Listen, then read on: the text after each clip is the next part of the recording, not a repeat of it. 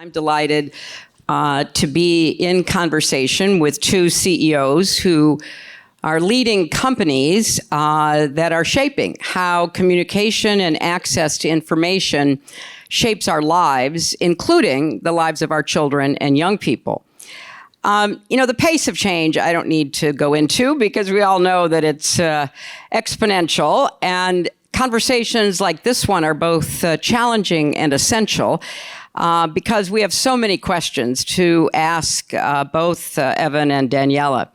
How do we determine who can or should access these powerful technologies? How do we ensure that they are used responsibly to the best of the companies and our abilities to ensure that? What guardrails should be put in place to protect particularly young people while still allowing for innovation? So we want to explore these questions. We don't have a whole lot of time. There's a new thing in conferences like this one where you talk about all of these existential questions in, 14 minutes.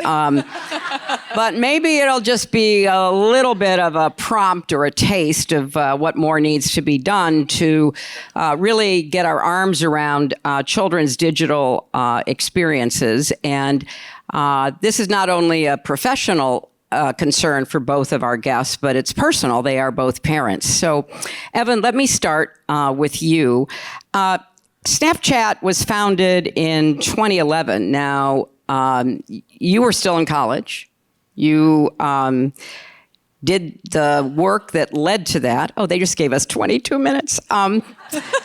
Thank you, Jim, wherever you are, or your AI chatbot who made that change for you. We got a little more time with these two very important innovators. So that was actually a long time ago in the world of digital technology. You were a pioneer, but it was, kind of in the beginning years of what was going to happen and how it was going to affect us. And today, the statistic I saw is that around 60% of young people aged 13 to 17 use the platform. So as you look back, how would you describe the way it's evolved since its founding? What were the main challenges you faced as a founder, and what are the challenges you face today? Well, thank you, Secretary, and it's so great to be here. Good morning, everybody. I feel like I have a bit of a unique perspective because I was part of the first generation to actually grow up with social media and with smartphones. And at the same time, we've got 4 boys at home, including one 14-year-old. So we've got a front row seat to everything happening today. And I think one of the biggest things that Bobby and I experienced when we were first starting Snapchat was the way that social media was very public, was very permanent, and was oriented around likes and comments and accumulating a very long public list of friends. And there weren't a lot of options at the time for just communicating with your close friends and family. The majority of teenagers today on Snapchat are communicating with about 5 close friends or family members. And we really wanted to create a service where people felt comfortable expressing themselves. They could share with friends and family without the pressure to be pretty or perfect, without the pressure of likes and comments. And I think that really changed the way that people communicate. It allowed people to communicate visually, to share how they were feeling or where they are or what they were doing very quickly, rather than through a long drawn out text message, but just in a moment with a snap of their face to show their friends that they care or show how they feel. And so I think we've been really excited to see the way that visual communication has transformed the way that people communicate, the way it supported their relationships and brought them closer together. But I think it's also really dramatically transformed the content landscape as well. So today, as long as you're above the age of 16, you can create a public profile, share more broadly with our community. And that's why we've thought proactively about things like content moderation, about being really thoughtful about our content guidelines and what sort of content can be distributed on Snapchat, because we understand we have an enormous responsibility to the people that use our service in terms of what they see and consume in terms of public content on Snapchat. Obviously, there's a ton we can talk about. I don't want to take all 22 minutes. So maybe we can let Daniela answer a couple questions and then pick up the rest. That's what we'll do. We'll go back and forth. But,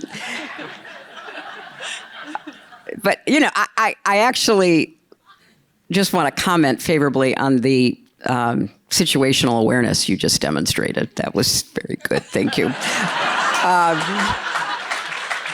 I, for one, appreciate it. So, Daniela, one of the things that I am struck by with your brother's founding of Anthropic is how you explicitly say you're trying to promote the race to the top for AI safety.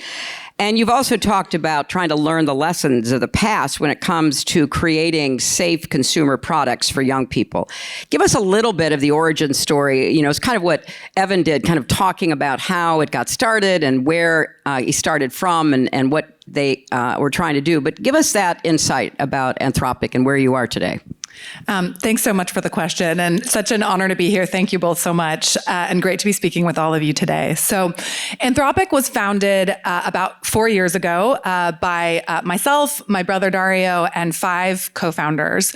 We all worked closely together at OpenAI, and we left to found Anthropic because we felt there was a real opportunity to develop transformative AI technologies, which at the time we felt were coming, right? We could see with the early progress of GPT-2 and GPT-3 that AI was going to be a big deal, right? And really the impetus behind us founding this new organization was a desire to ensure that as we're building this technology, we're doing it thoughtfully and responsibly.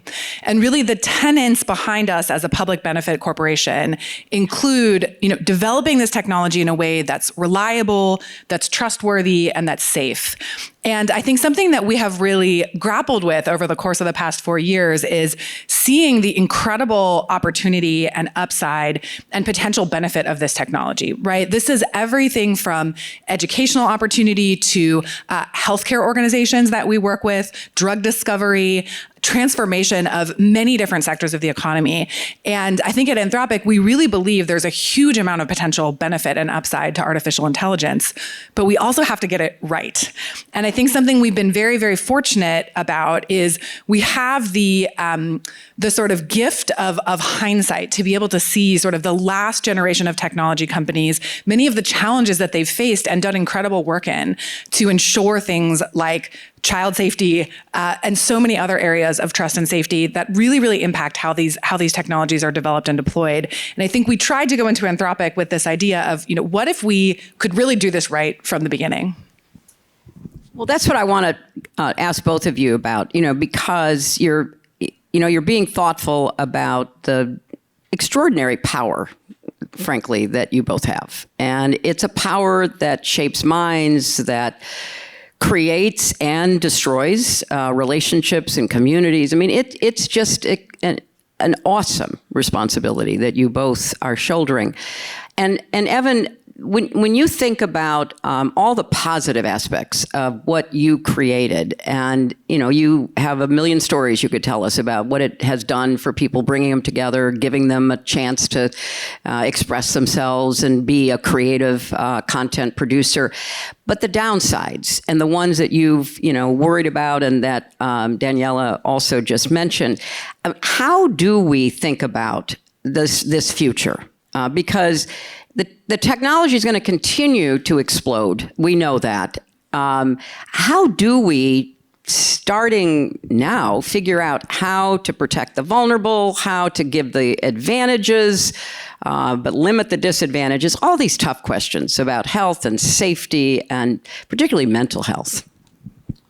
Well, I think for us at Snapchat, it starts with a lot of deliberate design choices about the way that the product actually works. So for example, early on, we made a choice to open into the camera instead of a feed of content. That's something that helps promote self-expression and creativity, something that we really deeply believe in. We made it so that you could only communicate with someone if you both had added each other as friends. You both have to opt into that friendship. That's different than text messaging, where anyone can send you a message if they have your number. We don't have a public friends list, for example, so there's no competition to accumulate more friends. Snap works really well if you've just got your best friend on there or a close family member that you want to stay in touch with. And that's really important to us. So we made a lot of design decisions to help promote the responsible use of our service. But then we also work really hard to anticipate the way that people could misuse our service. We invest really heavily in trust and safety and proactive detection of inappropriate content or illegal behavior. And I think Daniela and the tools that she and her team are working around with AI are going to be hugely helpful in promoting trust and safety online. I think I read a stat recently that about 2% of law enforcement officers are dedicated to cybersecurity. 98% are focused on the physical domain, right? And so I think we can bridge that gap with tools like artificial intelligence. That's something we do at Snapchat, but I think is going to help the industry more broadly over the long term. And what's your response to that, Daniela, about thinking through the challenges for particularly children, but they're not the only vulnerable populations? Yeah, absolutely. Anthropic is primarily a company that builds for businesses. So we're in a little bit of a different position than Snap, but we support businesses that have end users who are children. And we also work with other organizations that support vulnerable populations. And we really think about how to build safety in at multiple levels of the technology. So on one end of the spectrum is how we actually train the models and systems and tools of ethics that we provide for them. Anthropic pioneered a technique called constitutional AI, which is essentially a way of giving Claude, which is our AI tool, guardrails, built-in guardrails, based on documents like the UN Declaration of Human Rights.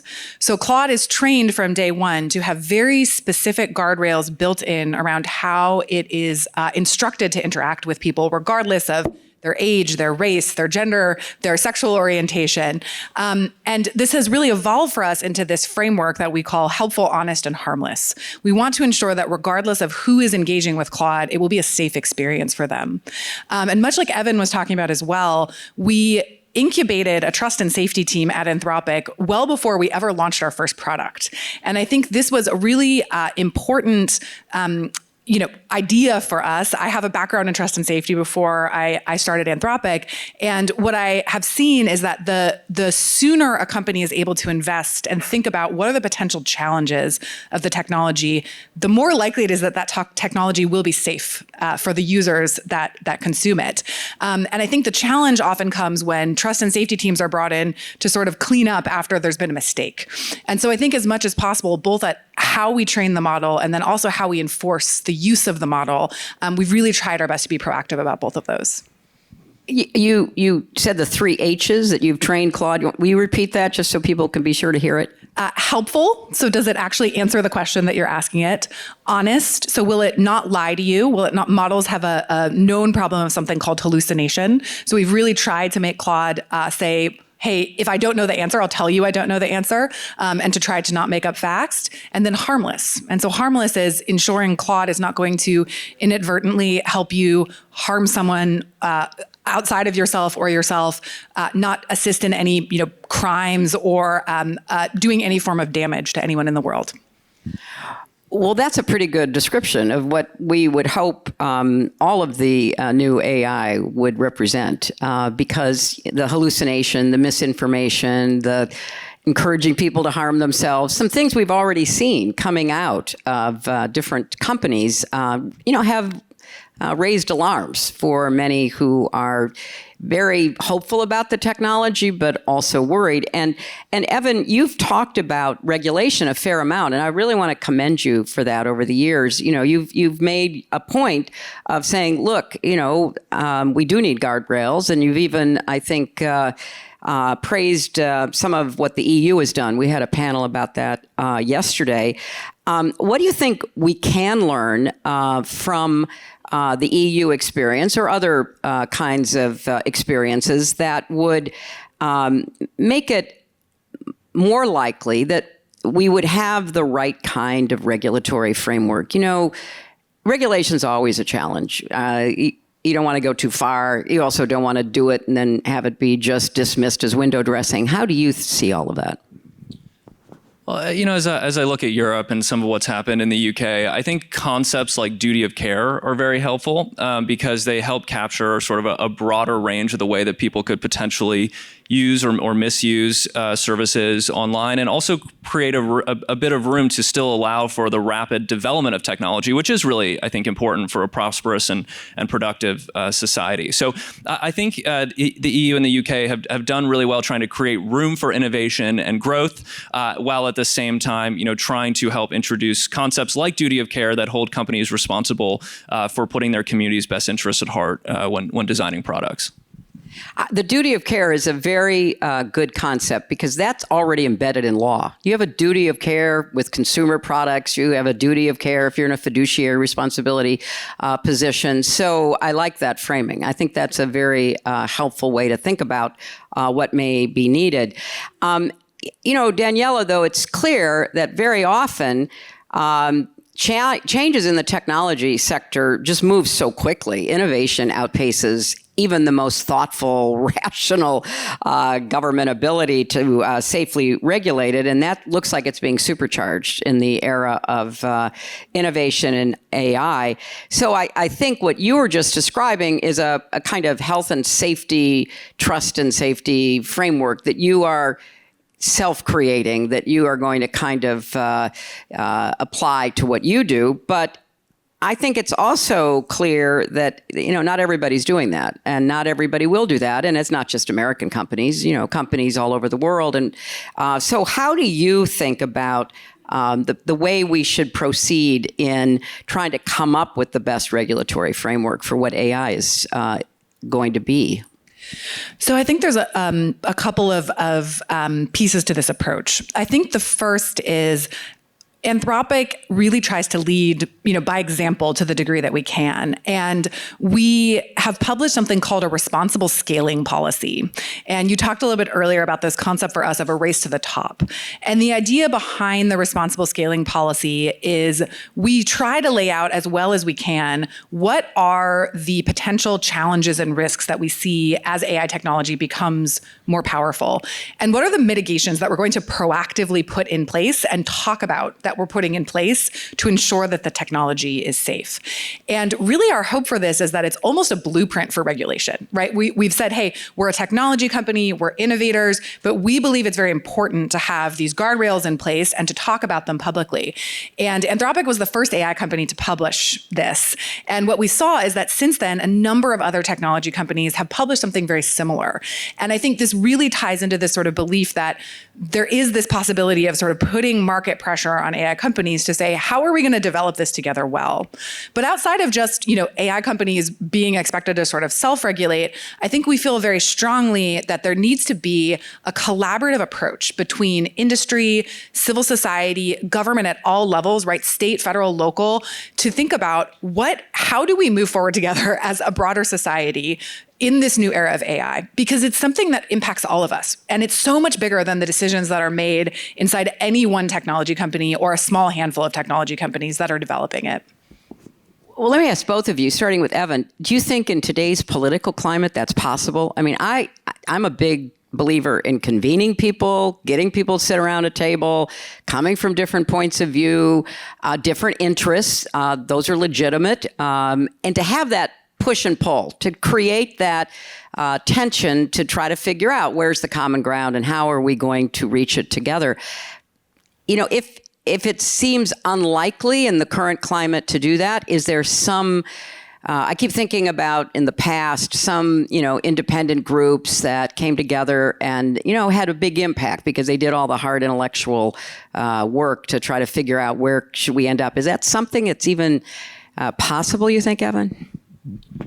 As an entrepreneur, I'd like to think of myself as an optimist. So I do think so. And I think there's a huge amount of bipartisan support for legislation, especially around protecting young people online. I think the Kids Online Safety Act got pretty close. We were the first technology company to come out in support of that, followed by many others. So I do remain hopeful. I think, on AI, and Daniela would be much better equipped to talk about this than I would. I think there's a question of how early we are in the AI adoption cycle. And I think you could cite President Clinton's very thoughtful approach to internet regulation in the early days, which I think led to extraordinary results in terms of, United States leadership and progress on the world stage. And that decision very early on to say, let's see how this develops, and then we can come up with a regulatory framework after we've learned more about this emerging technology, I think proved very prescient.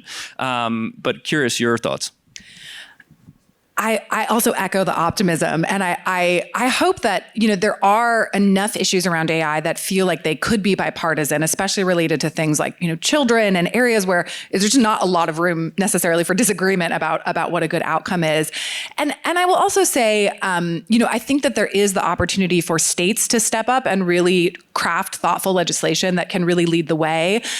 We worked closely on SB 1047, which obviously was a complicated bill, but I think I have seen, several states decide to at least attempt to think about, what could AI regulation look like thoughtfully. Well, I want to take you up on that because that's an area that I think is fruitful. The states are supposed to be the laboratories of democracy. Obviously, it would be far better if we had a national framework. It makes more sense. But I think there can be some testing and learning that could come from states. California and New York are the two states that have at least been trying to figure that out. So we will come back to you because with Jim and others, I've worked on, the New York efforts particularly. But I do want to end on that optimistic note, Evan, because, optimism is, in my view, a moral choice as well as a state of mind. I mean, you decide every day, are you going to try to make something good happen or give in to everything we know is out there in the world? And, I used to, as a Secretary of State, certainly go around talking about American exceptionalism, which I deeply believed. I think that our combination of norms and values and the rule of law and our Constitution and everything that, has been the backbone of who we are as we made our journey as a country has been so critical and so much of a different approach to how to organize ourselves as a society.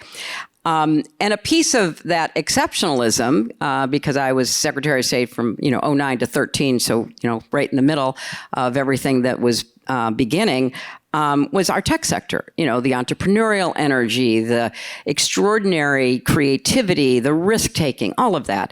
But we're now beginning to see a little of the dark side. So how do we create, a more optimistic vision for our country that is not mired in how terrible things are and how dangerous immigrants are? I mean, Silicon Valley has a lot of immigrants. I mean, think about it. And all of this demonizing of people who come from somewhere else to be part of our country. I mean, we got to figure out how we use the power of the tech community to help us tell a more positive, optimistic vision for our country's future. So let me start with you, Daniela, and I'll give you the last word, Evan. So I think, again, to kind of go back to this this kind of dual framework that Anthropic thinks about, we think absolutely the potential upside and the optimism that we see around artificial intelligence is close to unbounded.